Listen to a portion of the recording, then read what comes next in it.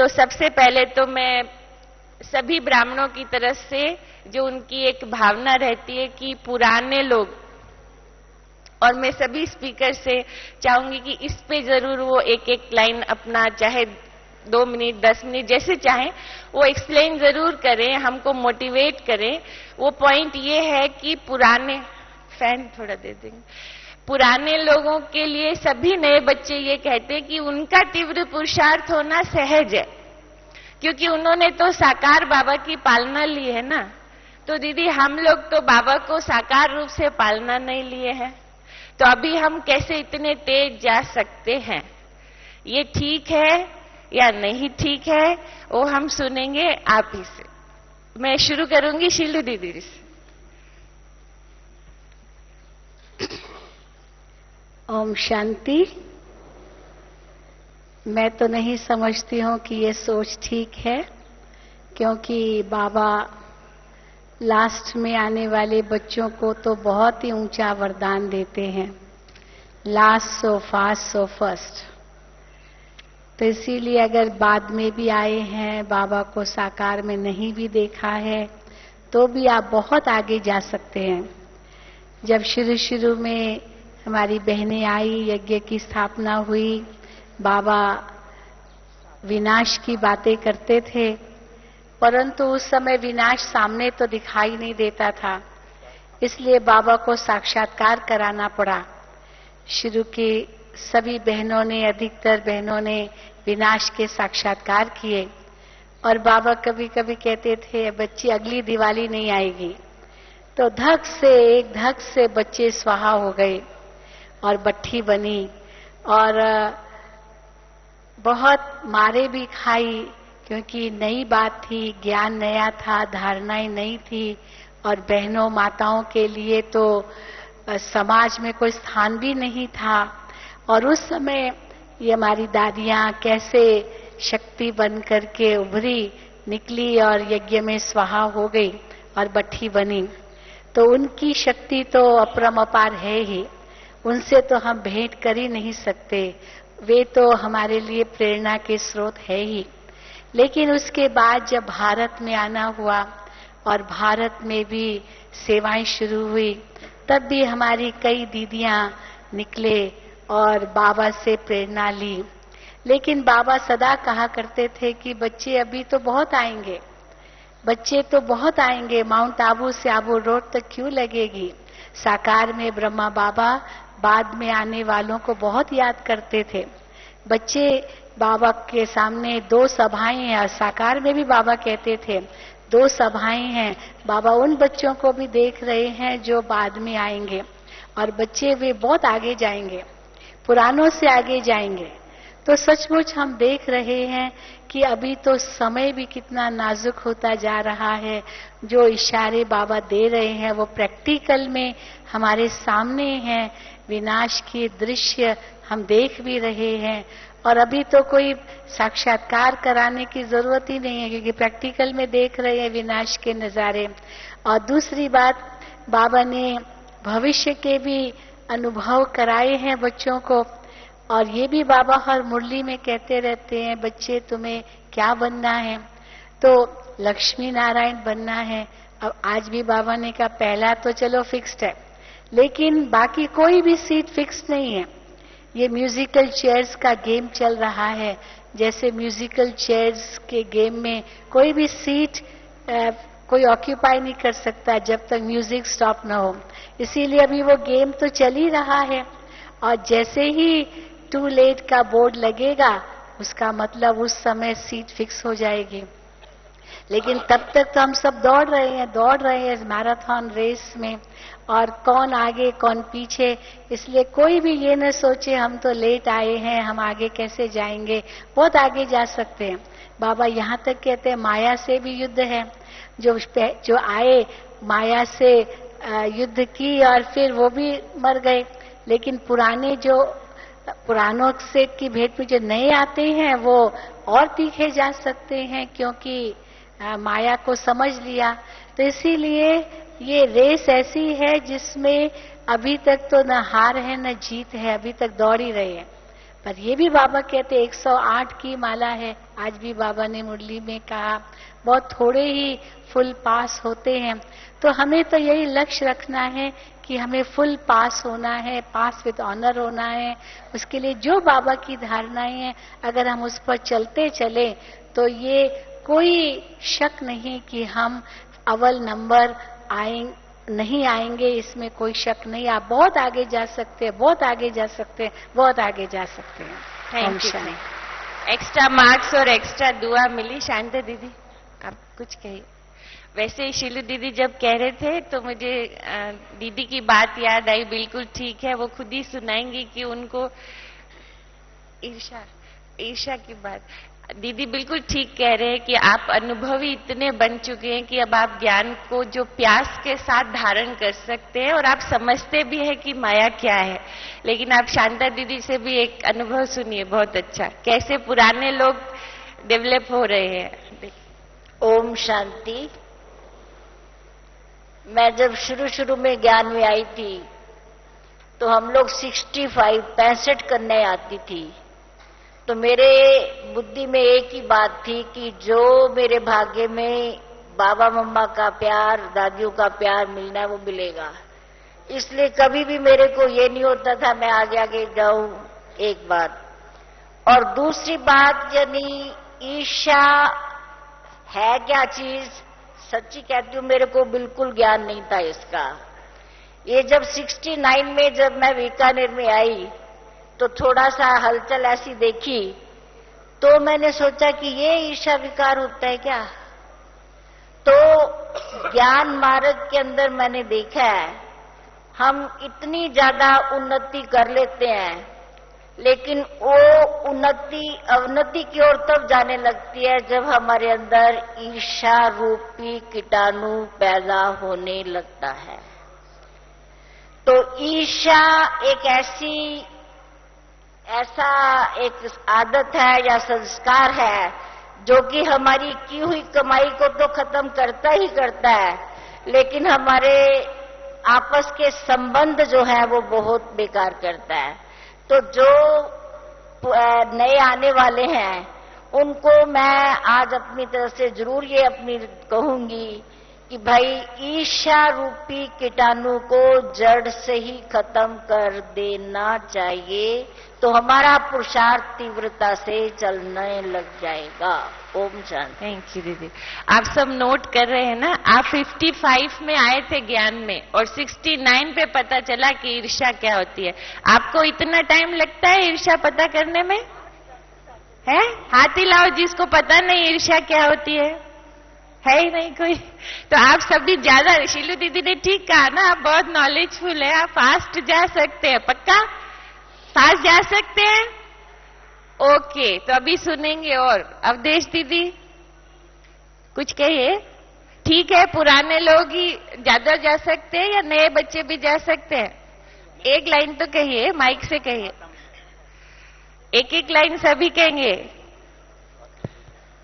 ओम शांति। बाबा ने जो महावाक्य दिए हैं कि लास्ट सो फास्ट, तो मैं आप सभी को अनुभव के आधार से ये बताना चाहूंगी कि निश्चित ही प्यारे बाबा ने हम सर्व आत्माओं को बहुत सुंदर लक की लॉटरी दी है।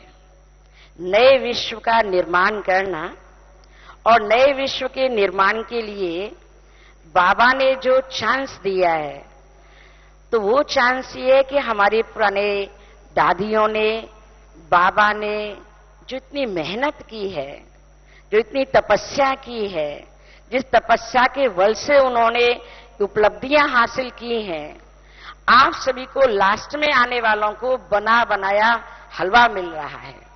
केवल खाना है और पचाना है और शक्ति का प्रदर्शन करना है, तो लास्ट सो फास्ट तो 100% जाना ही है। मेरी शुभकामनाएं। Thank you.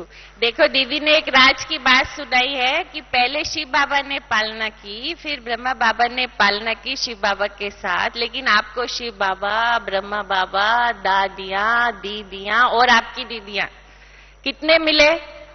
तो सभी को कितना फास्ट जाना है? फास्ट जाना है?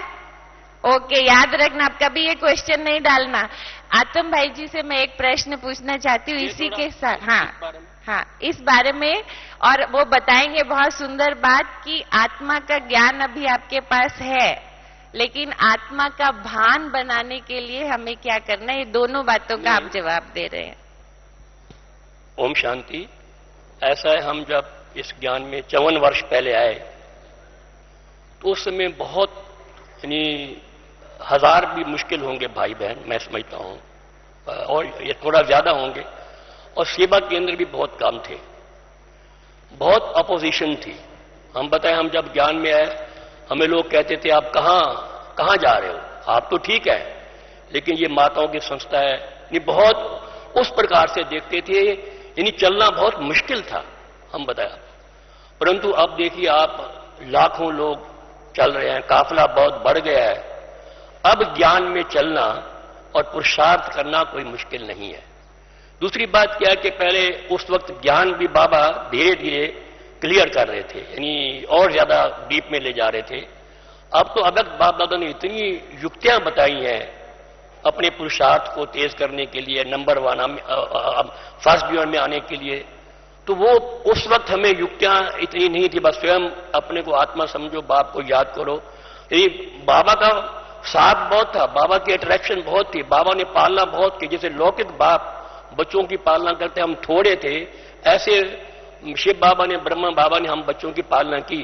परंतु ये जो पुरुषार्थ के साधन, अब जो सेवा के कितने साधन है, उस वक्त के साधन इतने नहीं थे। तो इस समय मैं कहता हूं, और अभी जो बाबा ने कितनी युक्तियां बताई, 5 स्वरूपों को बार बार याद करो, बड़ा इजी है, 3 बिंदियों को सामने रखो, बड़ा इजी है। यानी भिन्न भिन्न युक्तियां बता करके बाबा कहता है कोई भी अभी भी पुरुषार्थ तीव्रता से शुरू करे तो वो आगे जा सकता है, और वो फर्स्ट डिवीजन का बहुत आगे हम बढ़ सकते हैं। ऐसा मैं देखा कि अभी हम जो बाबा युक्तियां बताते हैं उनको हम जब पुरुषार्थ में लाते हैं तो बहुत अवस्था आगे बढ़ रही है, बहुत अच्छा अनुभव होता है। एक बात तो ये, और दूसरा क्या है, आत्मज्ञान को आत्मानुभूति, भान, नेचुरल कैसे बनाएं, क्या पुरुषार्थ करें? देखिए, हम जब पहले हमें ज्ञान मिला तो हमें यही पहले ये बताया गया कि आप आत्मा हैं, परंतु काफी दिनों तक हम ये डिस्कशन करते रहे कि हम तो आत्मा क्या है, आत्मा क्या होती है, शरीर है, ये इसमें मशीनरी है, पुर्जे हैं, ये है। अगर कोई भी एक पुर्जा वो खराब हो गया तो खत्म हो जाता है और जला देते हैं, उसमें आत्मा की बात ही क्या है। परंतु जब किसी ने कहा कि नहीं, आज आप ये मान लीजिए कि आप आत्मा हैं, इतना ही मानना था, तो वो उसकी अनुभूति हमें चालू होगी, अनुभूति होनी शुरू होगी। तो ऑटोमेटिक जिसको भी देखें, ये भी आत्मा है, ये भी आत्मा है, ये भी आत्मा है, कोई उसको टिकने का पुरुषार्थ नहीं करना, क्योंकि बाबा की बड़ी मदद थी। और वो बाबा हमें, जो शुरू में हम आते तो बाबा बहुत मदद करता है, उंगली पकड़ के चलाता था कि नया नया है तो उसे आगे बढ़ाया जाए, तो बहुत अनुभूति होती थी, यानी उसे। परंतु धीरे धीरे धीरे क्या होता है, फिर हमें और अपना पुरुषार्थ करना पड़ता है। मैं जब अभी मैं यहां से आ रहा था, बार बार संकल्प करना पड़ता है। अब हम कहें आप तो आत्मा है, एक दफा कह दिया मैं आत्मा हूं, उससे काम चलने वाला नहीं है। परंतु बार बार चलते फिरते, खाते पीते, उठते बैठे, ये सोल कॉन्शियसनेस का कि मैं आत्मा हूं, मैं चल रहा हूं, मैं खा रहा हूं, उस बार बार उसको संकल्प में लाना पड़ता है। पहले हम संकल्प में लाएंगे, वैसी हमारी स्मृति हो जाएगी, जैसी हमारी स्मृति होगी वैसी हमारी अनुभूति हो जाएगी, और जैसे अनुभव करेंगे वैसी हमारी स्थिति हो जाएगी, अचल और अडोल हो जाएगी। परंतु ये एक बार हम कहते हैं, हम बाबा भी कहते, मुरली में कहते हैं हम तो आत्मा है ही, उससे काम चलने वाला नहीं है। परंतु इसका लगातार जब भी समय मिले, इस सोल कॉन्शियस और गॉड कॉन्शियस और अपने घर की कॉन्शियस, उसको बार बार पुरुषार्थ करते रहेंगे, तो उससे क्या है कि आत्मचिंतन ही सारी सब बातों की जो है, सब गुणों की खान है, और सब बात का बीज वास्तव में आत्मचिंतन है, आत्मानुभूति है।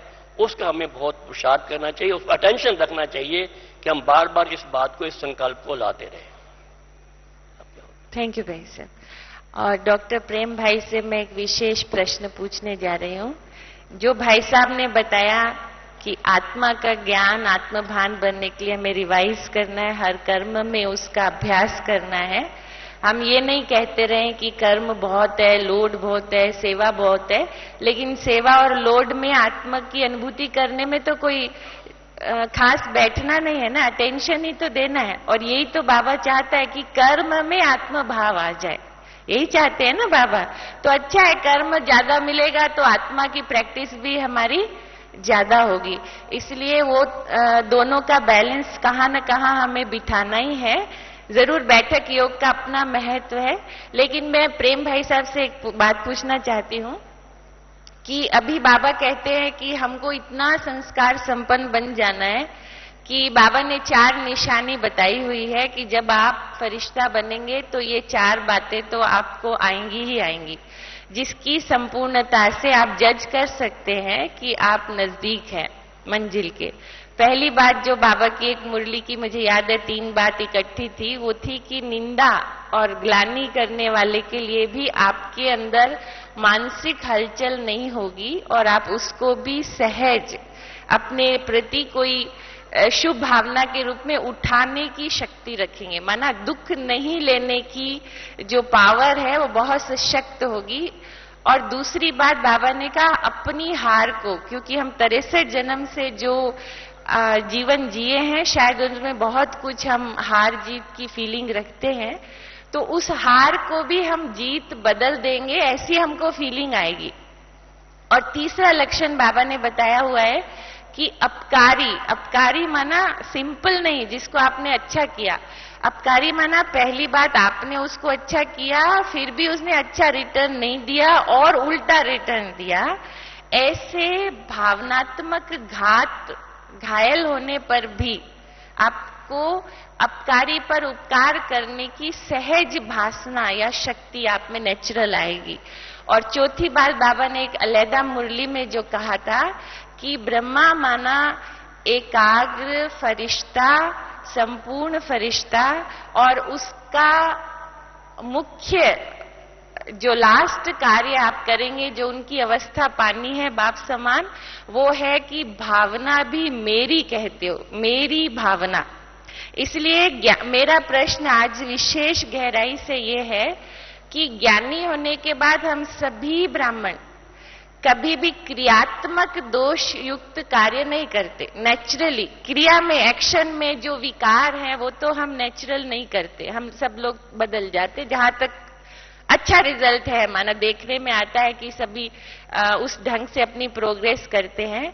लेकिन जो ये भावनात्मक संपन्नता की बात है, यहां पर आज का सेशन की तरफ मैं आपसे, चाहे वो सबकॉन्शियस माइंड हो, चाहे 63 जन्म हो, चाहे कैसी भी हो, क्या निंदा को स्तुति समझना, हार को जीत बदलने के लिए क्या करना है, प्रैक्टिकली वो हमको समझ में आ जाए।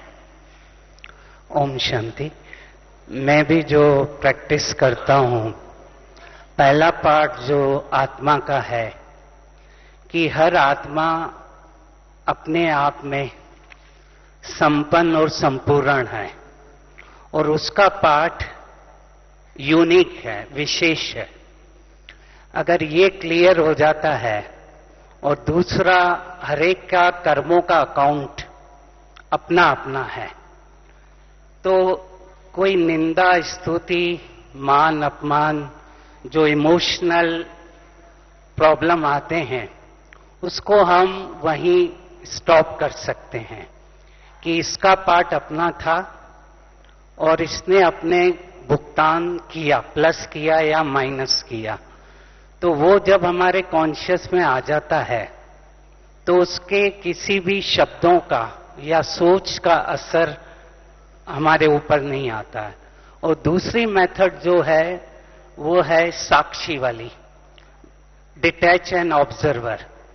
जब हम साक्षी होकर हरेक का पार्ट देखते हैं तो वो आत्मा भी हमें अपनी ही लगती है, परिवार की लगती है, और उसको हम शुभ भावना देकर अपना जो नेगेटिव अकाउंट हुआ है उसको हम पूरा कर सकते हैं। इसीलिए बाबा ने इस साल ज्यादा जो जोर दिया शुभ भावना पे दिया, वाइब्रेशन पे दिया। ये कर्मों की गति को सेटल करता है। जो भी 63 जन्मों में हमारे माइनस अकाउंट हुआ होगा, उस आत्मा के लिए, उस आत्मा से हुआ होगा, इंटरेक्शन हुआ होगा, वो हम वहीं सेटल कर सकते हैं अगर शुभ भावना दे दें और साक्षी होकर उसके पाठ को देखें कि ये भी अपने आप में संपन्न और संपूर्ण है। थैंक यू भाई साहब। शीलू दीदी जी से कुछ चैट।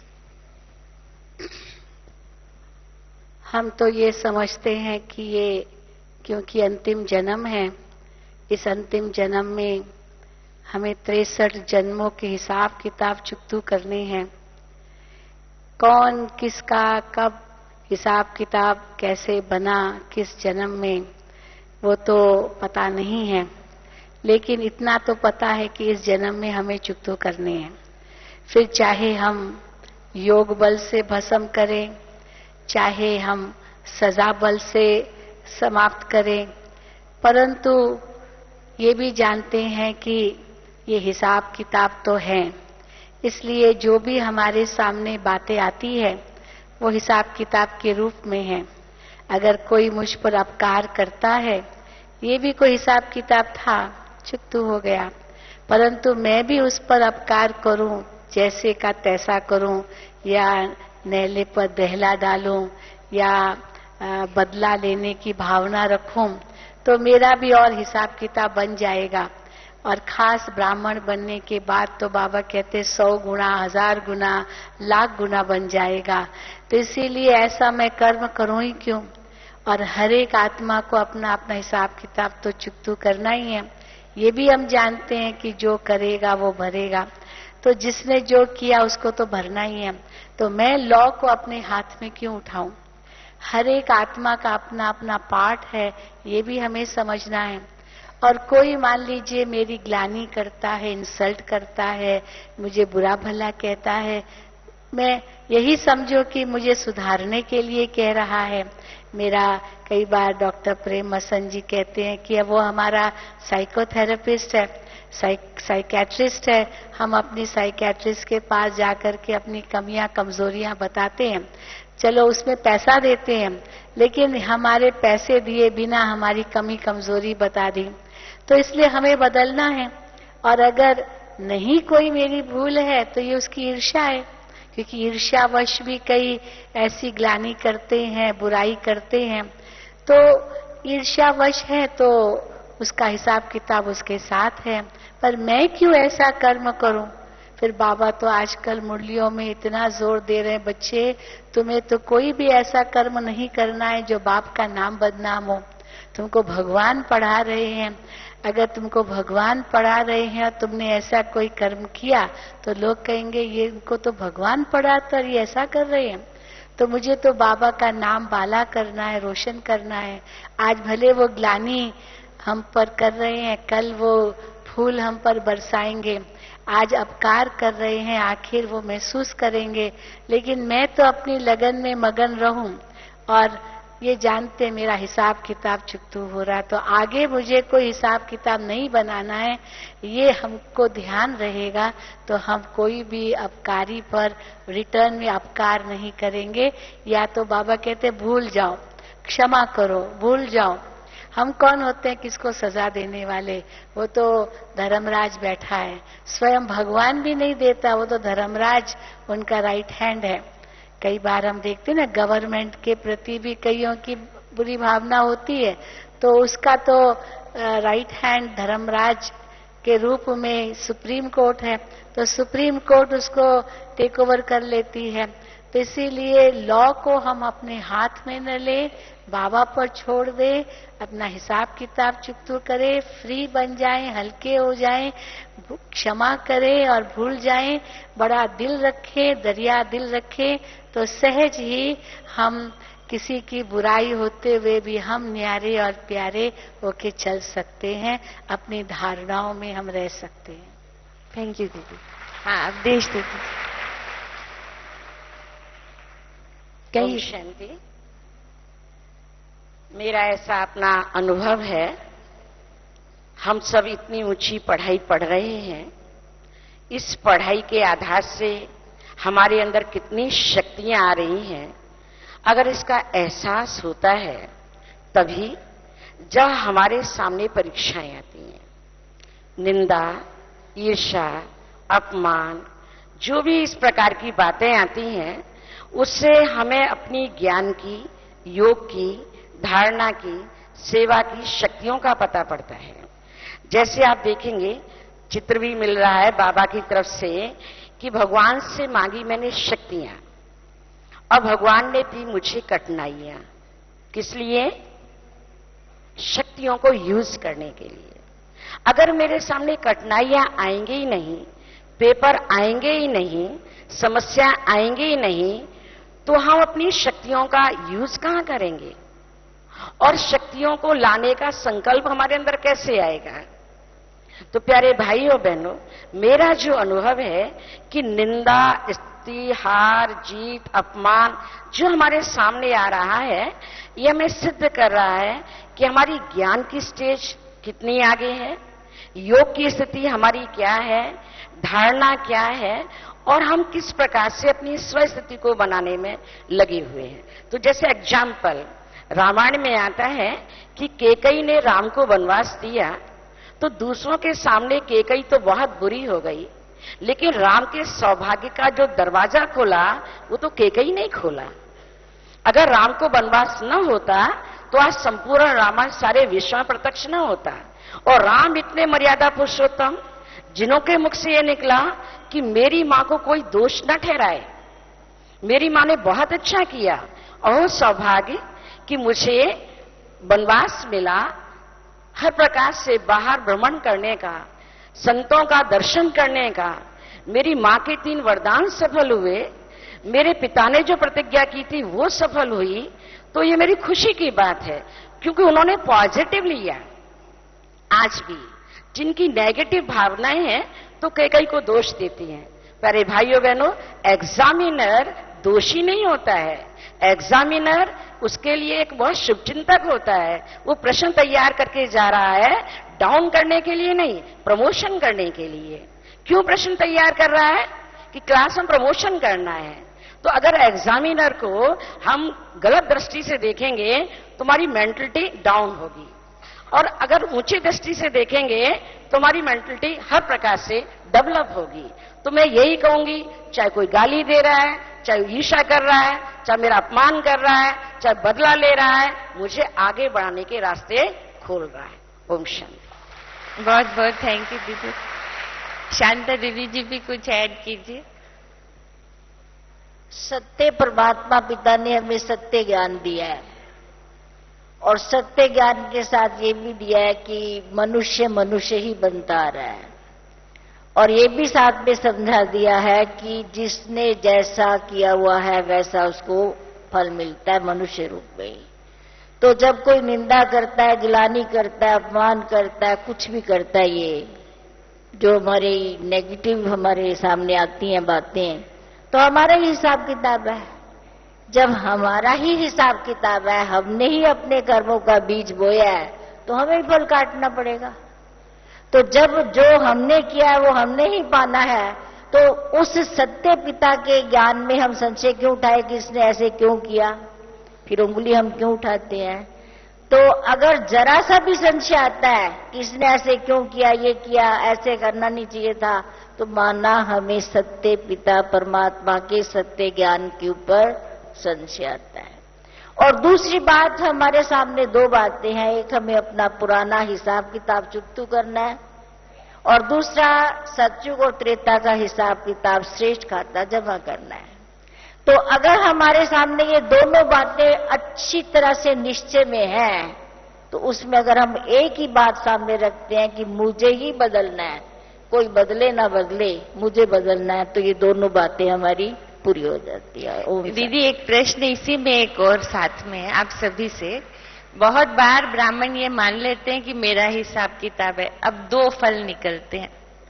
एक फल तो ऐसा चलता है कि वो कहता है मेरे ही हिसाब किताब है, मेरे ही पाप, जाने मैं कितना पापी हूँ, जाने मैं कितने पाप किए हैं। बहन जी, हिसाब किताब चुकतू ही नहीं होते, जिसको देखो मेरे सामने हिसाब किताब ला रहा है। ये भावना ज्ञान की होते हुए भी अगर अधूरी रही तो ये निराशा में चली जाती है। ऐसे हैं, ऐसे अच्छे अच्छे स्टूडेंट्स की लिस्ट है। इसका मतलब ज्ञान में निश्चय ही नहीं है। नहीं, आप उसकी प्राप्ति बोलो हमको, कि अगर मैंने मान लिया, चलो हम मान लेते कि हमारा हिसाब किताब है, पर जैसे शीलू दीदी ने कहा कि हमको ये तो जरूर क्लासिफाई करना होगा कि ये ईर्ष्या से हो रहा है। चलो ईर्ष्या भी हिसाब किताब है, युग का फल है, कुछ भी मानेंगे, लेकिन एक है कि मैं हर बात में दूसरे की गलती में भी अपना ही हिसाब किताब मानूं। तो मुझे एक छोटी सी कर्म फिलोसफी का प्रश्न पूछना है। क्या एक डॉक्टर 100,000 पेशेंट ठीक करता है? क्या उसने सभी 1000 पेशेंट को बीमार किया था? एक टीचर जो है, सॉरी, एक टीचर जो है वो सैकड़ों को पढ़ाता है, तो क्या उसने सबको अनपढ़ बनाया था? कैसे समझे कर्म गति का? नहीं। हाँ, कहिए थोड़ी है कि उसके साथ ही हिसाब किताब बना और उसी से ही चुकतू होना है, ये थोड़ी है। अभी हम रास्ते पर चल रहे हैं और एक पत्थर बीच में आया या केले का छिलकर मैं फिसल गई और हड्डी टूट गई, तो उस छिलके के साथ या पत्थर से हिसाब किताब थोड़ी था। लेकिन ये मेरा अपना कर्म का हिसाब किताब था, वो तो एक बहाना बन गया, वो तो एक कारण बन गया, तो उसके साथ थोड़ी है। जी, आप कह रहे हैं कि व्यक्ति को उस समय व्यक्ति नहीं देखें, लेकिन परिस्थिति देखें। परिस्थिति है, लेकिन देखने में तो आप जैसे भाई साहब ने भी कहा कि हम उसको चैतन्य संपन्न आत्मा, बाबा ने कहा कोयले में भी हीरा देखो, वो दिखता है सभी को, कोयले में हीरा दिखता है, हाथ उठाओ। ये तो अपनी स्थिति है ना, नहीं दिख रहा है तो स्थिति बढ़ाने के लिए दीदी आप लोगों को यहाँ अच्छी तरह इनको देना है। हाँ, तो बताओ। ऐसे है कि मैंने पहले ही कहा कि 2 बातें हैं, एक पुराना हिसाब किताब चुकतू भी करना है और नया हिसाब किताब जमा भी करना है। जी। तो पत्थर से समझो हम टकराए तो हमारी सहन शक्ति होनी चाहिए, हमें सहनशील बनना चाहिए, मुंह नहीं बना लेना चाहिए, रोना धोना नहीं चाहिए। हाँ, सहन करके वाह वाह वाह वाह, अगर आप ऐसे कर लोगे तो आपको सहन करने की शक्ति भी आ जाएगी। ठीक है, थैंक यू। मैं इस बात को ऐसे रखती हूँ कि हम एक गलती करते हैं, सत्य ज्ञान को हम अधूरा देखते हैं। अधूरा देखना झूठ बन जाता है। बाबा ने कहा है त्रिकालदर्शी हो आप लोग। त्रिकालदर्शी माना पास्ट से हिसाब आया वो तो ठीक है, लेकिन हिसाब चुकाकर मिल क्या रहा है भविष्य का? क्या मिल रहा है? हाँ, तो अब तो कर सकते हो ना। प्राप्ति को देखना है, जो दीदी ने अभी अभी कहा था, लेकिन आप लोग नोट नहीं किए, इसीलिए मैंने आप लोगों के लिए प्रश्न पूछा। दीदी ने अभी अभी कहा है आपको स्पीकर्स में से कि जब हम ये हिसाब चुकाते हैं तो भविष्य का पद पाते हैं, और एग्जामिनर को कभी भी अशुद्ध दृष्टि से नहीं देखना। एग्जामिनर कभी भी आपके पास पेपर आपको इंसल्ट करने के लिए नहीं भेजता, प्रमोट करने के लिए भेजता है। ठीक बात है ना शीलू दीदी, शांता दीदी, ठीक है ना? तो अगर आप पूरा सोचेंगे तो बाबा का महावाक्य है कि माया मेरी बेटी है और आपके पास आने से पहले वो मेरे सामने से होकर जाती है, मेरी आज्ञा के बिना। ठीक है, okay, thank you so much. लेकिन कल तो बाबा ने मुरली में कहा कि माया माया माया मत कहो जी, ये अपनी कमी है, अपनी कमजोरी है, माया को ऐसे ही दोष दे देते हैं। बिल्कुल ठीक बात है। और मेरा इसी बात पे एक प्रश्न है कि बाबा जो बातें करते हैं ना, बाबा बहुत मजेदार बातें करते हैं। बाबा क्या कहते हैं? बच्चे तुम विघ्न विनाशक हो, कहते हैं विघ्न विनाशक की बाबा जब विस्तार सुनाते तो कहते हैं कि विघ्न आएगा तब विनाश करने वाले को विघ्न विनाशक कहते हैं, राइट? अच्छा, देवी युग में दीदी विघ्न विनाशक टाइटल होगा? देवी युग में, सतयुग में हमारा टाइटल विघ्न विनाशक होगा? नहीं होगा। अच्छा, ये तो अभी है ना विघ्न विनाशक, अभी बनते हैं, अभी विघ्न आते हैं। तो ये मुझे पूछना है कि ये जो बाबा की 2 बातों में डिफरेंट भावना होती है, उसको हम एक भावना कैसे बनाए, एक दृष्टि कैसे बनाए? बाबा कहते हैं संगम पर बच्चे तुम बहुत थके हुए आए हो, वानप्रस्थी अवस्था में आए हो, फिर कहते अब भी खड़े हो जाओ, जो करना है वो अभी कर लो। नहीं तो फाइनल कुछ मिलेगा नहीं। अब सत्युग में कुछ कहते समझो, कुछ आराम दे। पर वान परस्ती का अर्थ समझो, ये थोड़ी कि बूढ़े हैं। वान परस्ती का अर्थ ये थोड़ी है। हाँ। वान परस्ती का मतलब है हमें वाणी से परे जाना है, इसलिए वैराग्य वृत्ति चाहिए। जैसे वान परस्त अवस्था वाले में वैराग्य वृत्ति होती है, वैसे ही हमारे अंदर ये वृत्ति होगी, तब हम पुरुषार्थ कर सकेंगे। तो वैराग्य वृत्ति से ही पुरुषार्थी होंगे, इसीलिए वान परस्ती शब्द का। तो दोनों का आपस में बड़ा मेल है। थैंक यू दीदी। इसके ऊपर कुछ एक नेक्स्ट क्वेश्चन है, पर पहले इसको पूरा करते। जी दीदी। बाबा ने साथ में ये भी कहा है कि तुम मेरे लाडले बच्चे हो, राजदुलारे बच्चे हो। तो बच्चे क्या करते हैं, जल्दी बात को भुला देते हैं, मन में नहीं रखते हैं। ठीक है, बच्चे बन जाओ। भाई साहब कुछ कहना चाहते? नहीं, ओके। अच्छा, दीदी ने बहुत अच्छा आपको स्पष्ट किया कि बाबा ने हमको वानप्रस्थी कहा तो थके होने के कारण नहीं कहा, ठीक है? आपको अनुभवी, ज्ञानी, वैराग्य, समझदार होने का जो अनुभव मिला है उसके कारण कहा। तो मैं एक प्रश्न ये पूछ रही हूं कि बहुत सारे ब्राह्मण्स अपने जीवन में पुरुषार्थ तो कर चुके हैं और सब करते हैं, यहां तक जोर लगाते हैं कि उनको इतना टेंशन हो जाता है कि पुरुषार्थ भी उनके लिए एक टेंशन का कारण बन जाता है। हंस रहे हैं सभी। लेकिन इतने अच्छे बच्चे हैं बाबा के। इसीलिए तो बाबा कहते हैं ना, पुरुषार्थ बाबा के मुरब्बी बच्चे, लाडले बच्चे, सिक्की लदे बच्चे टेंशन में क्यों आते हो? इसको नेचुरल बनाओ ना। आपका वो नेचुरल स्वरूप है, नेचुरल में आना मुश्किल थोड़ी है। जी दीदी, आप माइक पे बोलिए। लेकिन ऐसे भी होता है कि किसी दिन जब मौन के लिए कहा जाता है ना, तो कई बेचारे ऐसे एकदम चेहरा से सीरियस बना लेंगे, जो बात नहीं, वो काहे का मौन है वो। मैं यही पूछ रही थी कि बाबा के बच्चे ऐसा एक प्रश्न पूछते हैं, दीदी हाँ बाबा याद ही नहीं रहता है, दीदी बाबा याद ही नहीं रहता है। ये बाबा याद नहीं रहता है, बाबा तो याद है ना। प्रश्न में क्या पूछ रहे हैं? फिर भी ऐसे नेगेटिव जो हम सोचते, थोड़ा मैं समझती जो ऐसे कहते ना बाबा याद नहीं रहता, इसका मतलब ये कि वो चाहते कोई साक्षात्कार हो, वो दिखाई दे, कुछ ऐसे कुछ चमत्कार हो, उसको वो समझते कि वो हो तब कहेंगे बाबा याद है। लेकिन वो थोड़ी हमारा लक्ष्य है कोई साक्षात्कार हो। जी, आपने कहा तो मुझे एक हंसी की बात याद आ गई। हम जिन सेंटर पे रहते हैं, हमारे फूल दीदी, उनके पास एक माता हमेशा सेम कंप्लेन ला करके बाद में एक दिन कहती है, दीदी अब बस इतना थक गई हूं कि अब मैं बाबा को ना कभी याद नहीं कर सकती, मुझे लगता है मैं नहीं कर सकती हूँ। तो दीदी ने कहा तुम चिंता नहीं करो, अब बाबा तुमको याद करेगा।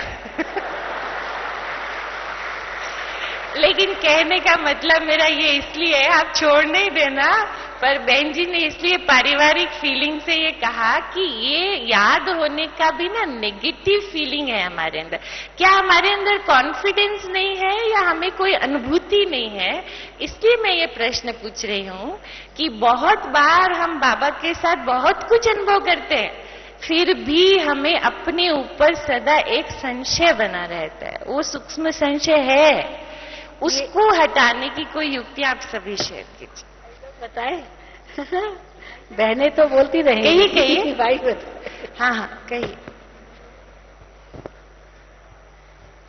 संशय इसीलिए आता है कि जब हमारा खुद का स्वाभिमान में हम टिक नहीं पाते, सेल्फ स्टीम हमारा कमजोर होता है, तो जैसे ही संशय आए उसी समय किसी न किसी स्वाभिमान को इमर्ज करें, और जैसे ही इमर्ज करते हैं तो वो पावरफुल हो जाता है, और जो हमारा नेगेटिव संस्कार 63 जन्मों का गया हुआ है वो कमजोर पड़ जाता है, क्योंकि 63 जन्मों की जो रिकॉर्डिंग हुई है वो मजबूत है, और ये एक जन्म की रिकॉर्डिंग हम कर रहे हैं वो कभी कभी अपहीविल में आती है। तो उसका सॉल्यूशन यही है कि हम बार बार उस स्मृति को इमर्ज करें, स्वाभिमान को, तो हमारा जो नेगेटिव एस्पेक्ट है वो धीरे धीरे कमजोर हो जाए। Thank you. देखिए, बाबा स्वयं भी कहते हैं, भाई साहब मुझे में बार बार आता है कि याद तो बड़ी सहज है। अच्छा, बाबा की याद बहुत सहज है, बहुत सिंपल है। अपने को आत्मा समझो, मुझ बाप को याद करो। फिर दूसरी लाइन में ये भी आता है, मैं कई मूल्यां देखी, एक लाइन में ये आ रहा है, स्वयं को आत्मा समझो, मुझ बाप को याद करो। वेरी वेरी सिंपल, क्या मुश्किल है। फिर 2 लाइनों के बाद ये आता है, बच्चे यथार्थ याद में रहना कोई मासी का घर नहीं है। ये भी अभी तो कहने का इस दोनों बातें राइट है। आप कहेंगे बाबा ने 2 बातें कह दी, एक ही मुरली में एक की 2-4 लाइन के बाद दूसरी बात कह दी। परंतु बाबा तो याद रहता है, परंतु निरंतर याद नहीं रहता। देखिए, हम बाबा कहता है मुझको निरंतर याद करो। बाबा तुम अपने लिए कहते हैं, मैं खाना शुरू करता हूं, जैसे बाबा के संग खा रहा हूं, थोड़ी देर में भूल जाता हूं। परंतु पुरुषार्थ केवल यही है कि हमारी याद निरंतर बनी रहे, उसका पुरुषार्थ है। ये कहना कि हम तो बाबा के बच्चे बन ही गए, बाबा कहीं दूर थोड़ा है, नजदीक है, नहीं, आपको बार बार अटेंशन देना पड़ेगा। मैं आत्मा हूं, बाबा का हूं, घर को याद करें, कुछ ना कुछ जो सम्मान की बात है उस पर पुरुषार्थ करना पड़ेगा, उस पर अटेंशन देना पड़ेगा। उस तभी हम कहेंगे हमारी वो याद निरंतर। और जब पुरुषार्थ करना शुरू कर देंगे, अनुभूति होगी, तो स्वयं ही बाबा याद आता रहेगा। ओम शांति।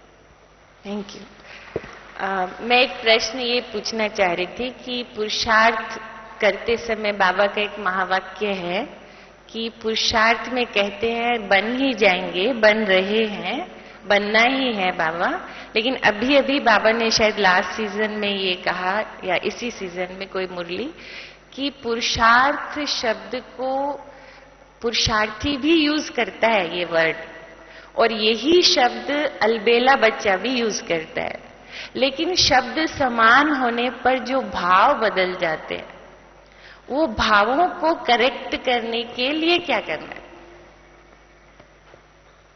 क्योंकि मेन तो भावना बदली, तो शब्द को हमने रखा सामने, पर वो एक बहाना बन गया। ईमानदारी हमारी कहां ना कहां घट गई वो बात। वैसे मम्मा के शब्द याद आते हैं। मम्मा पुरुषार्थी शब्द का अर्थ बतलाती थी कि पुरुषार्थी किसको कहेंगे कि अगर एक बार भूल हुई मान लो, परंतु वो उस भूल से ऐसी सीख ले ली जो दोबारा वो भूल न हो, तब उसको कहेंगे पुरुषार्थी।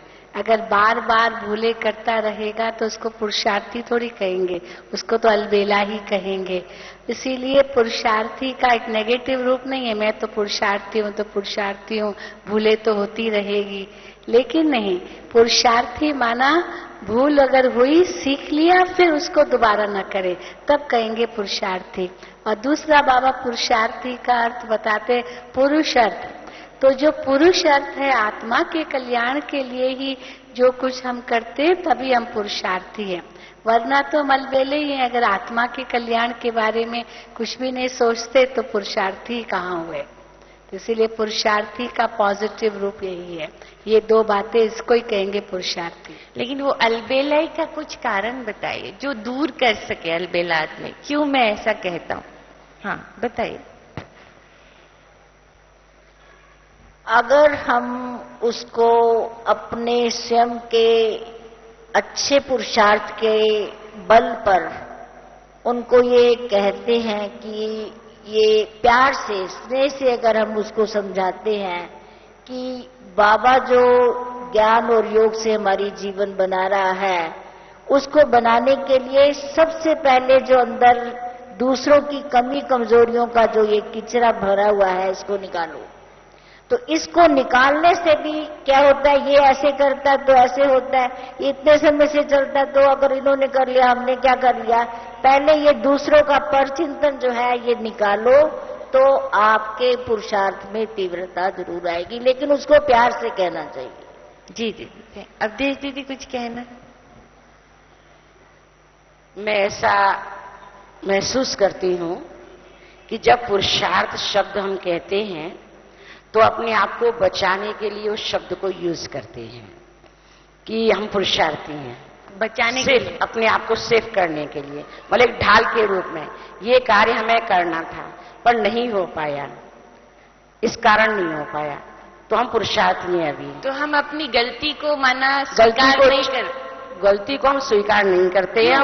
क्यों? कॉन्फिडेंस। क्योंकि पहला कारण तो हमारा कि जो हमने लक्ष्य लिया है उस लक्ष्य में 100% सफलता पाने का टाइट लक्ष्य नहीं लिया, ठीक है, और सफलता हम नहीं पा सके तो हमने अपने आप को पुरुषार्थ है, वो अलबेलापन, लेकिन शब्द यूज करें पुरुषार्थी है। डॉक्टर प्रेम भाई को मैं एक बात पूछना चाहती हूँ कि जब हम बात को ऊपर से गोलमाल कर देते हैं अपने स्वमान को बचाने के लिए, वास्तव में वो स्वमान तो नहीं है। बाबा कभी कभी कहते हैं शुद्ध स्वमान तो समर्थ बनाता है, लेकिन बाबा ये भी कहते हैं कि हम कभी अभिमान को भी स्वमान समझ लेते हैं और स्वमान को भी अभिमान समझ लेते हैं। यहाँ पर क्या ऐसा होता है आध्यात्मिक यात्रा में कि एक व्यक्ति एक लेवल के बाद, क्योंकि ये मैं उन लोगों की बात कह रही हूं जो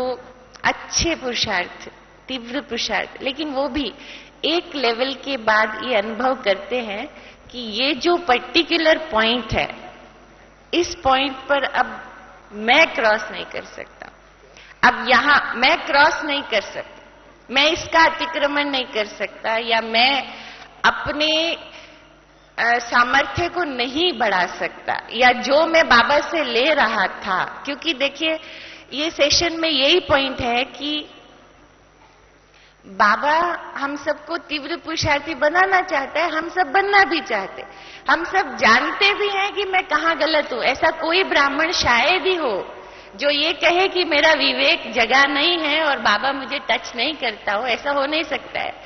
और वो सब जानते हैं कि मैं यहाँ गलत हूं, फिर भी क्या क्या पॉइंट है कि या तो हम में अगन नहीं बनती है उसको दूर करने की, या तो क्या हम अपनी सामर्थ्य को बाबा के सामर्थ्य को कैसे जोड़ नहीं पाते हैं कि मैं अपनी उस गलती को निकाल नहीं सकती हूं। ये प्रश्न। दोनों शब्द देखें अगर, स्वमान और अभिमान। अभिमान का अर्थ है कि कभी कभी ज्ञान मार्ग में हमें अपनी विशेषता का भी प्राउड आ जाता है और उस विशेषता को हम अटैच हो जाते हैं, चाहे वो सेवा का है चाहे किसी भी फील्ड का है। और वो जब हम अटैच हो जाते हैं तो हमारा प्रोग्रेस रुक जाता है। इसीलिए बाबा ने कहा अपनी विशेषता का भी हम एनालिसिस करें कि कहीं हम इसके ऊपर अटैच तो नहीं हो जा रहे हैं। इच्छा मात्रम का जो बाबा ने बताया कि इच्छा का भी अविद्या हो जाए, डिजायर भी वर्ड निकल जाए। इसी तरीके से स्वमान का अर्थ है कि हम बार बार जो मेरा नेचुरल अनादि और आदि स्वरूप है उससे अगर मैं डिफ्लेक्ट हो रहा हूं तो इसका अर्थ है कि अभिमान आ रहा है। और हमारा अनादि और आदि स्वरूप हम सभी जानते हैं कि साइलेंस और देवी देवता वाला है, हर्षित मुक्ता का है। अगर वो हमारा नेचुरल बना रहता है तो इसका अर्थ है कि मैं अपने स्वमान में टिका हुआ हूं। पर अगर मैं उससे अटैच हो रहा हूं तो उसका भी अभिमान आ रहा है और फिर हमारी प्रोग्रेस ब्लॉक हो जाती है और उसको हटाना पड़ता है, एनालिसिस करना पड़ता है। और अगर हमारा एनालिसिस ठीक है तो बाबा के जो 2 शब्द हैं, रोज रात को चेक एंड चेंज, रोज रात को मैं चेक करूं कि क्यों नहीं मेरी प्रोग्रेस हुई और उसको चेंज करूं तो हमारा ब्लॉकेज है वो रिमूव होता जाता है। थैंक यू भाई साहब। आप में से दीदी कुछ कहना? मेरा इसमें 2 एनालिसिस पे एक प्रश्न है। एक एनालिसिस हम सब आज करेंगे सभी। पहला पॉइंट ये कि पुराने लोग भावना के आधार पे, तपस्या के आधार पे और बाबा के बहुत सूक्ष्म ज्ञान कि तुम आत्मा हो, इसकी भट्टी के आधार पे आगे बढ़े। आज के जो बच्चे हैं वो बाबा के घर में आते हैं, ज्ञान एकदम स्पष्ट है, बाद में आते ही सेवा में आ जाते हैं और सेवा में आने से उनको बहुत खुशी तो मिलती है, लेकिन जो आत्मा की तपस्या का भाव पुराने लोगों में शक्ति के रूप में था, वो शायद आज इतना नहीं है। ये भी एक कारण जो आप कह रहे हैं समझते हैं। लेकिन मेरा प्रश्न ये है कि जब हम सेवा करते हैं, मैं इसलिए कह रही हूं कि एक आपने कहा तो कुछ आपसे पूछना चाहती थी। मुझे एक उदाहरण याद आ रहा है। किसी को कोर्स कराने की सेवा थी। एक दिन ऐसे ही रूरिहान करते से हमने ऐसे ही कुछ बात चल रही थी, तो हमने कहा कि कोर्स कराते वक्त आपके वाइब्रेशन कुछ डिफरेंट हो जाते हैं, आप ऐसे क्यों हो जाते हैं? तो उस आत्मा ने जवाब दिया कि मैं ऐसे, मुझे ऐसी समझ है कि क्योंकि मैं बहुत अच्छा कोर्स दूसरों से ज्यादा अच्छा करा सकता हूं या सकती हूं, इसीलिए मुझे ये सेवा मिली है। तो मेरा प्रश्न ये कि हमने सेवा तो की, यज्ञ भूमि में तो इतना सा काम किया तो पुण्य जमा हो गया, लेकिन जो सेवा की पहला उसका बीज अगर रॉन्ग है, और मैंने पुण्य तो कमा लिया रॉन्ग बीज से भी अच्छे काम करके, तो क्या उसका हमारी फ्यूचर पर्सनालिटी पे इफेक्ट आता है, हमारे व्यवहार में, हमारी तीव्र पुरुषार्थ? मैं तो नहीं समझती हूँ कि अगर हमने कोई सेवा की और वो अभिमान उसमें है कि भाई मैं तो बहुत अच्छा करता हूँ या करती हूँ, तो कोई इतना पुण्य जमा होगा। क्योंकि पुण्य जमा होने के लिए भी कुछ तो नियम है। जैसे बाबा कहते हैं जब हम दान करते हैं तो दायां हाथ दान करे और बाएं को पता भी न चले कि दाएं हाथ ने दान किया, तब इतना ऊंचा पुण्य बनता है।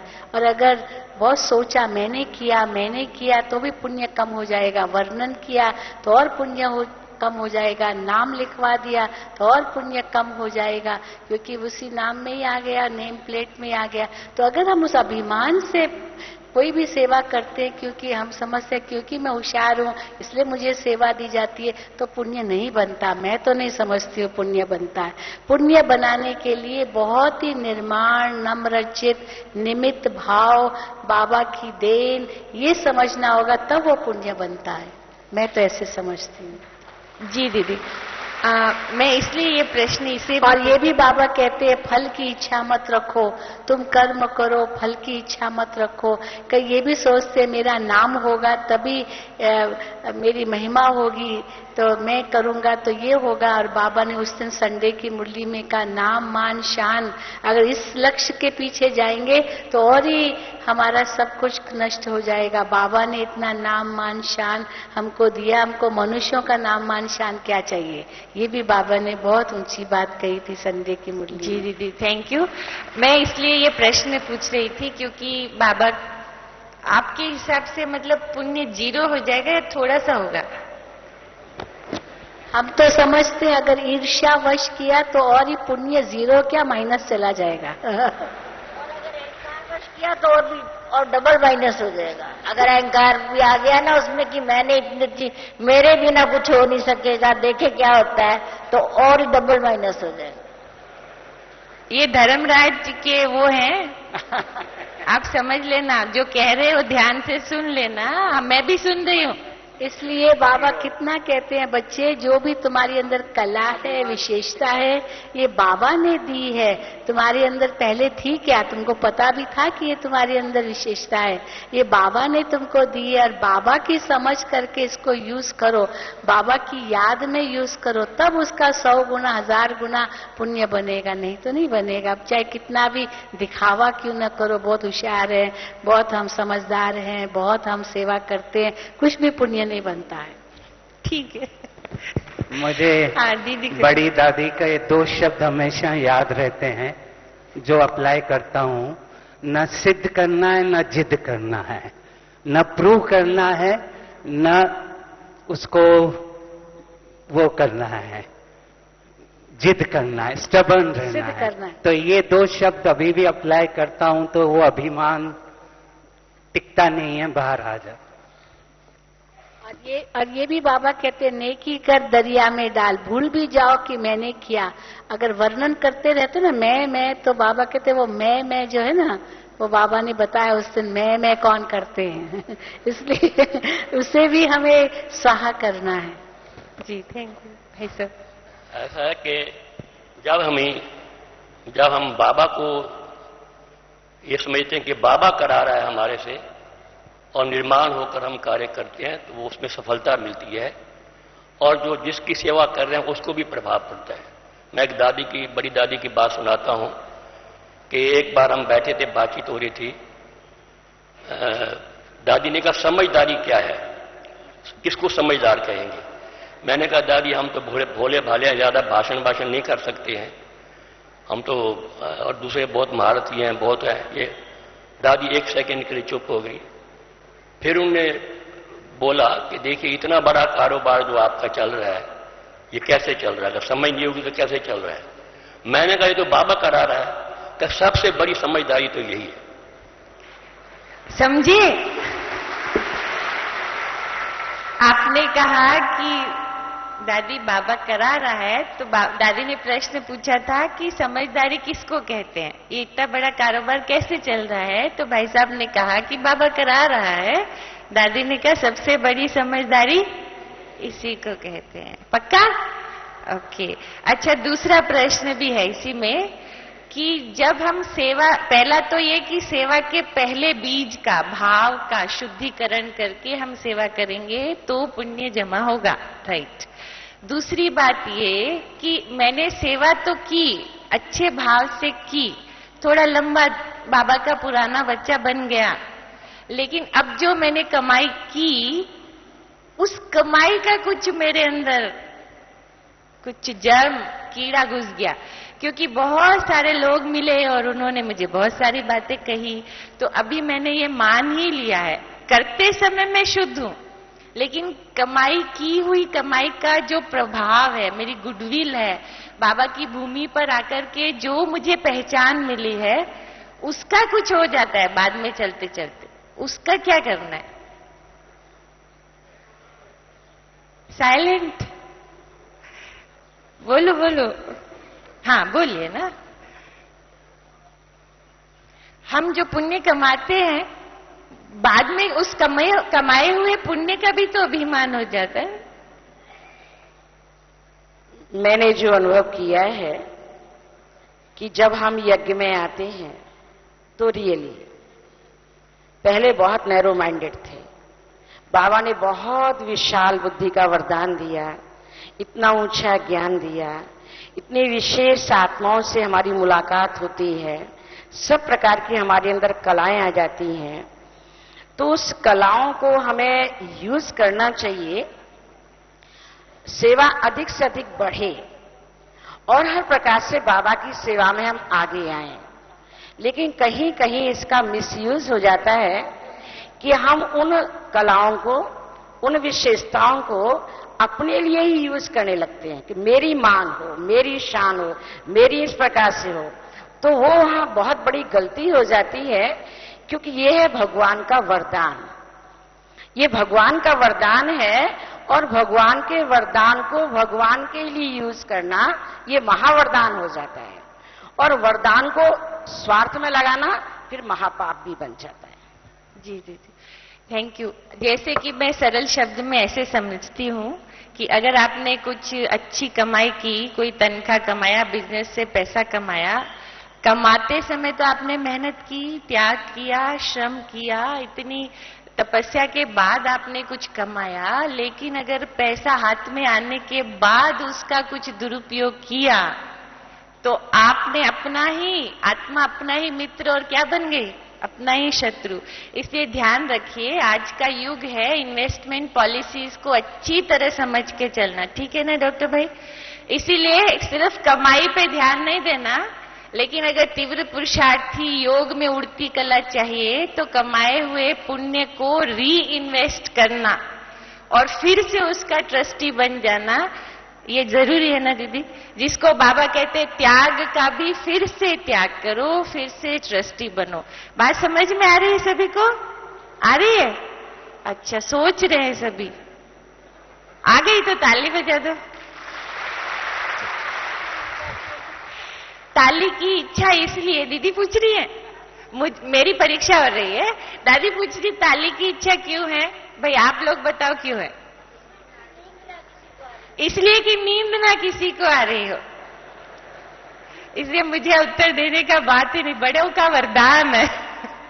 मुझे एक बात बहुत अच्छी लगती दीदी, आपने कहा तो कई लोग ये पूछते हैं, क्या तुम सब पुरुषार्थ करते बहन जी से पूछ पूछ के क्यों करते हो? तुम क्या बहन जी की पूछ हो क्या? ऐसे पूछ। तो मैं कहती हूं कि भाई देखो ऐसा है, बहन जी तो अब उम्र हो गई, आज भक्ति में भी गाय का बछड़ा हाथ पकड़ते हैं, और मैंने तो ऐसे सीन देखे कि वो जब मरने के बाद गाय का वो दान करते हैं ना, कि विषय वैतरणी से पार हो जाएंगे, करते हैं सभी लोग करते हैं। तो उसमें जब वो उसकी पूंछ पकड़ते, बेचारा बछड़ा तो डर डर के गोबर करता है, लेकिन फिर भी मानते हैं भक्ति में कि मैं इसकी पूंछ पकड़कर दान करने से विषय वैतरणी पार हो जाऊंगी। मैं ये पूछती हूँ, क्या इन आदर्श लोगों की पूंछ पकड़ के हम इस भवसागर से पार नहीं हो जाएंगे क्या? फिर क्यों ऐसा अभिमान का प्रश्न लोग पूछते हैं कि पूछ पूछ के नहीं करो? मैं समझती हूँ कि यज्ञ की महिमा ही ये है। शायद एक विदेश का एग्जाम्पल आप सुनाएंगे कि जब किसी राष्ट्रपति या गयाना की किनकी सेवा हुई थी, यज्ञ की यही महिमा है कि हम सब के आगे एक और है। हम कहते ठहरो भैया मैं पूछ के आता हूँ, वो समझती है ठीक है तो ठीक, नहीं तो कहती ठहरो भैया मैं पूछ के आती हूँ। और जब वो उनकी दादी के बाद बड़ी दादी और बड़ी दादी के बाद संदेशी और बाबा, तो हमारा सिरमौर कौन है? हम क्यों न पूछे? जब हम पूछेंगे तभी तो हम सही डायरेक्शन में जाएंगे। ठीक कहते? Okay, thank you. तो आज से ये नहीं कहना कि क्यों पूछ पूछ के करें। अच्छा, एक सेकंड लास्ट क्वेश्चन पूछती हूँ।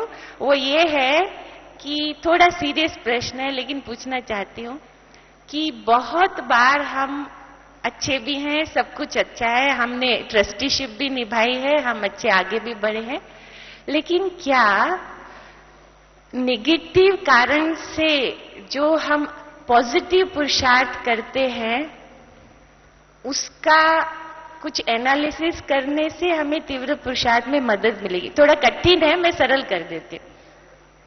मेरा मतलब ये है कि हमारे जोधपुर में एक एग्जाम्पल सुनाती, एक उद्योगपति है, वो अपना उदाहरण सुनाते कि मेरे पिता ने मुझे यंग एज में बहुत सिखाया, ये काम नहीं करो, पढ़ो लिखो, कुछ बड़े बनो, मैं तुम्हें सुविधा दे। मैं नहीं मानता था, लड़का था।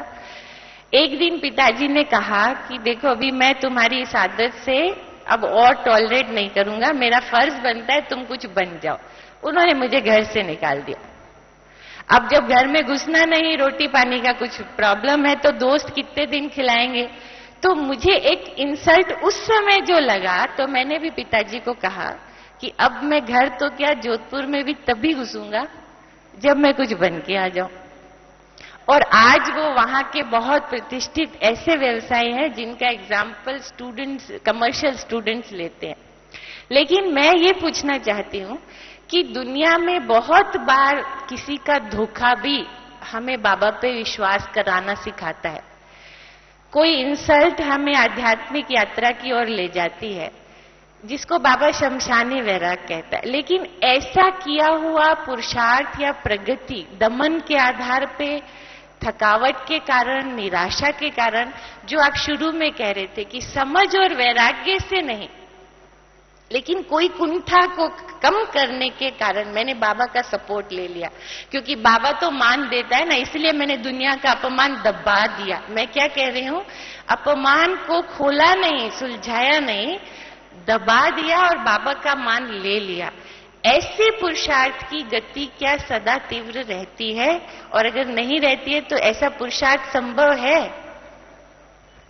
ये एनालिसिस हम चाहते हैं। नहीं, मैं तो ये समझती हूँ, बाबा जैसे कई बार कहते हैं कि एक बार आपने पुरुषार्थ शुरू किया तो फिर पीछे मुड़ के नहीं देखो। हम पीछे मुड़ के देखते ना, तब हमारा पुरुषार्थ ढीला हो सकता है, या हम दूसरों को देखते तब हमारा पुरुषार्थ ढीला हो सकता है।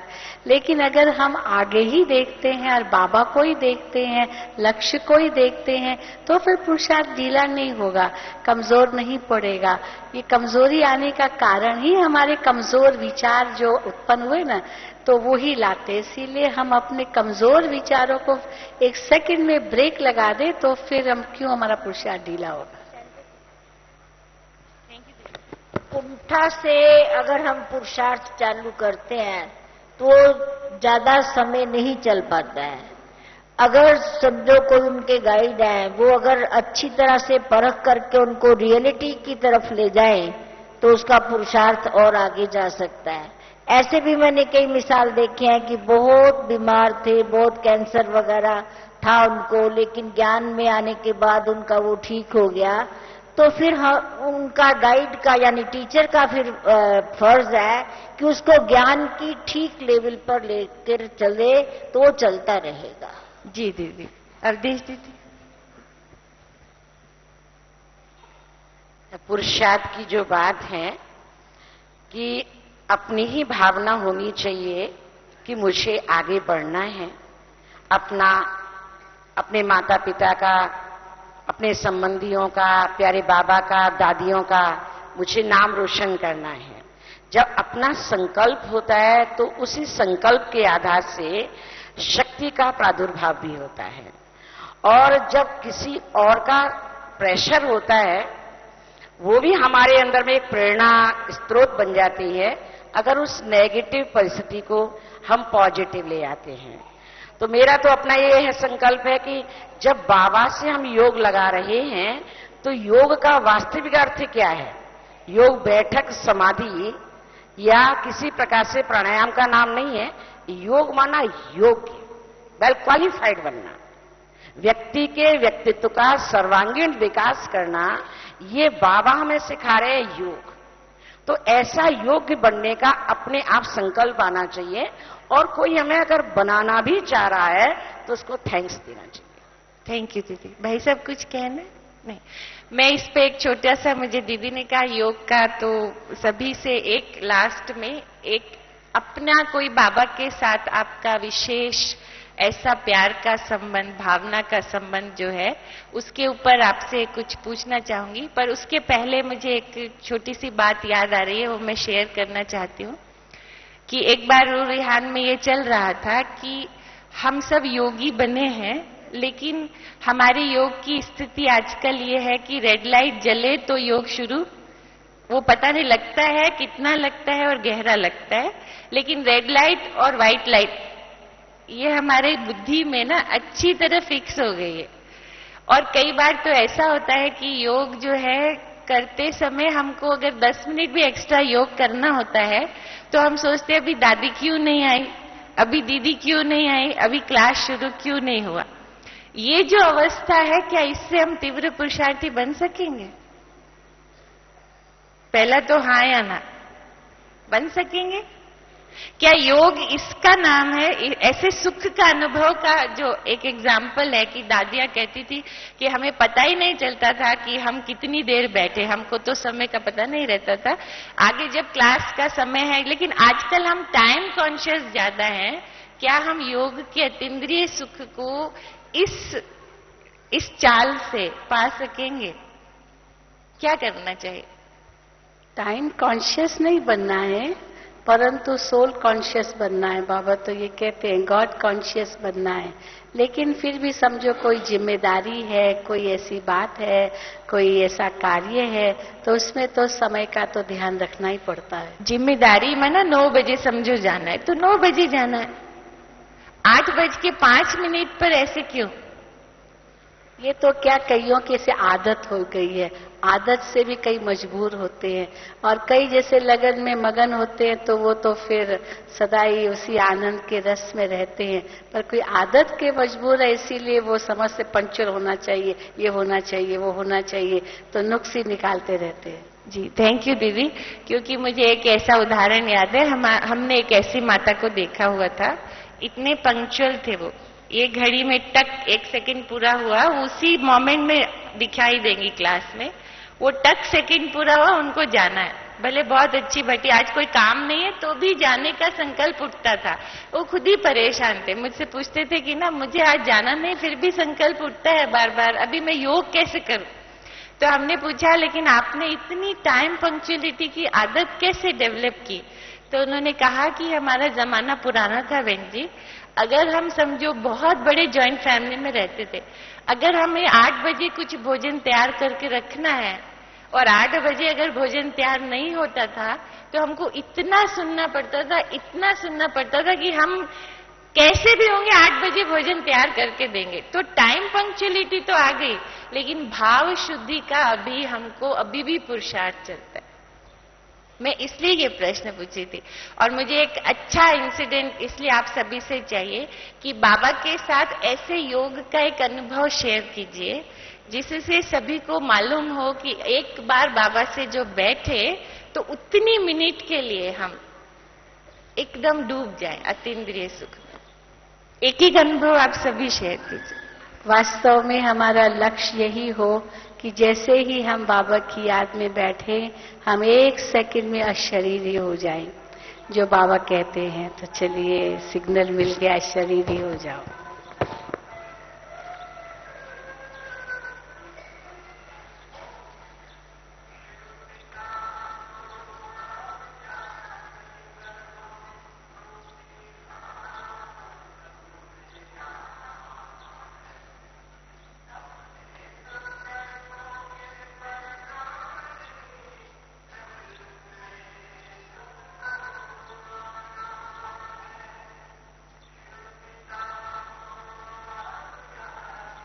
ओम शांति। प्यारे बाबा का, साकार बाबा का बहुत सुंदर अपने जीवन का अनुभव है। मैं तो थोड़े से शब्दों में बताना चाहूंगी कि मैंने अपने जीवन के अंदर ये फैसला किया था, छोटी थी, कि मैं अपना लौकिक घर कभी नहीं छोड़ूंगी, कहीं भी नहीं जाऊंगी, शादी भी नहीं कराऊंगी, ये ऑफिशियल कह दिया था।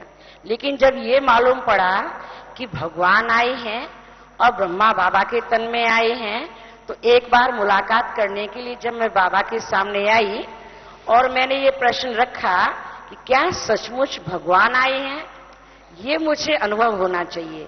तो वंडरफुल बात तो ये बता रही हूं कि साकार बाबा की जो स्टेज थी वो जस्ट लाइक भगवान, एकदम शिव बाबा और ब्रह्मा बाबा में मैंने कोई अंतर नहीं पाया। इसके छोटे से 2 एग्जाम्पल बताती हूं कि जब मैं सबसे पहले आई और बाबा से फर्स्ट मुलाकात हो रही थी तो मैंने कहा क्या ब्रह्मा बाबा के तन में भगवान आते हैं तो ये कोई कम हस्ती नहीं है। तो भगवान से मैंने कहा कि क्या मैं आपके योगी हूं, आप मुझे पहचानते हैं, मैं आपको ये नहीं पहचानती कि आप ब्रह्मा बाबा के तन में आए हैं। अगर आप ब्रह्मा बाबा के तन में आए हैं और ब्रह्मा बाबा इतनी बड़ी हस्ती है जिसका शास्त्रों में वर्णन है, तो सबसे पीछे मैं खड़ी हूं, मुझे पहले आगे बुला के टोली खिलाओ। ये प्रश्न किया।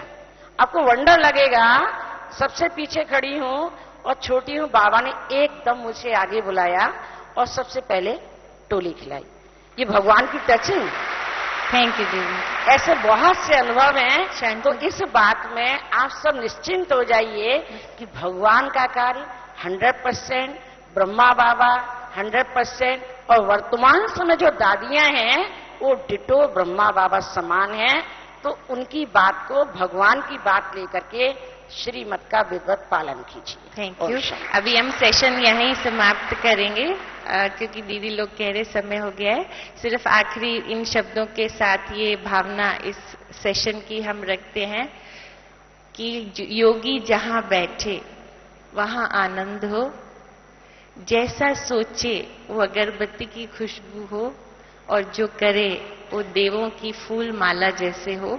सत्य हमारे साथ हो, मुलायम भले हो लेकिन कमजोर कभी नहीं बनना।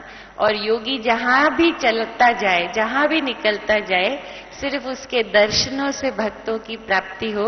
तो जो प्रश्न आया उनकी आवाज कैसे सुनेंगे, तो कल आपको बहुत अच्छा उत्तर दिया भी है। और दादी जानकी जी ने ये लाइन कही कि जब हम अपने अंदर की आवाज, मैं समझती स्पीकर में कोई थे, दादी जी रात को बैठे थे, लेकिन स्पीकर से किसी ने कहा जब हम अपने अंदर की आवाज को सुन लेंगे तो भक्तों की आवाज भी हमें सुनाई जरूर देगी।